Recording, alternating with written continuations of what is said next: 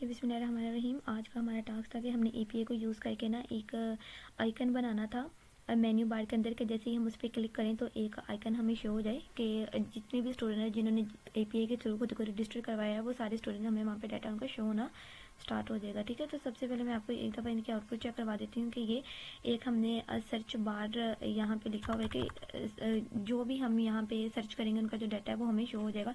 ये जितने भी स्टूडेंट हैं जिन्होंने इस एपीआई के थ्रू खुद को रजिस्टर कराया हुआ वो सारा हमें यहाँ पे शो हो जाएगा। ठीक है, ऐसे ये नीचे भी मूव करें जितने भी है। तो यहाँ पे क्या है कि जैसे ही हम सर्च करेंगे लाइक अगर हम नूरीन को करते हैं तो ये देखें कि जिस ईमेल के थ्रू हुआ जो टाइम था जो डेट थी ईटीसी जो भी इसकी इन्फॉर्मेशन थी उसके थ्रू जिसके थ्रू वो रजिस्टर हुआ यहाँ पे हमें शो हो जाएगी। ठीक है, तो इसके लिए हमने क्या किया है कि पहले हमने ऑलरेडी अपनी ये फाइल्स को बनाया था होम को लॉगिन को मेन के अंदर, तो हमने अब और मेन के अंदर तो हमने चेंजिंग की है ना, हमने पैकेजेस को इंपोर्ट करवाया है।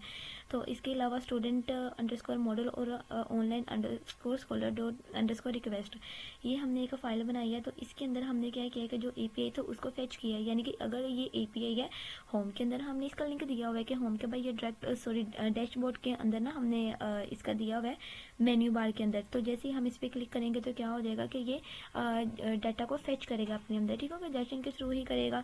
सेम वही हमारे पास कॉन्सेप्ट आ रहे हैं जैसे कि स्टेटलेस स्टेट फुल विजिट का आ रहा है कि जो डाटा पीछे शो हो रहा है ना वही ऑन दी टाइम यहाँ पे हमें शो है, इसलिए हमने यहाँ पे क्या है कि स्टेट फुल विजिट को यूज़ किया है। ठीक है, तो ये हमारे पास मेन आज का टास्क था कि बस हमने एक मेन्यू बार के अंदर ना एक ऑप्शन ही ऐड करना था। ठीक है, ओके जी, थैंक यू जी।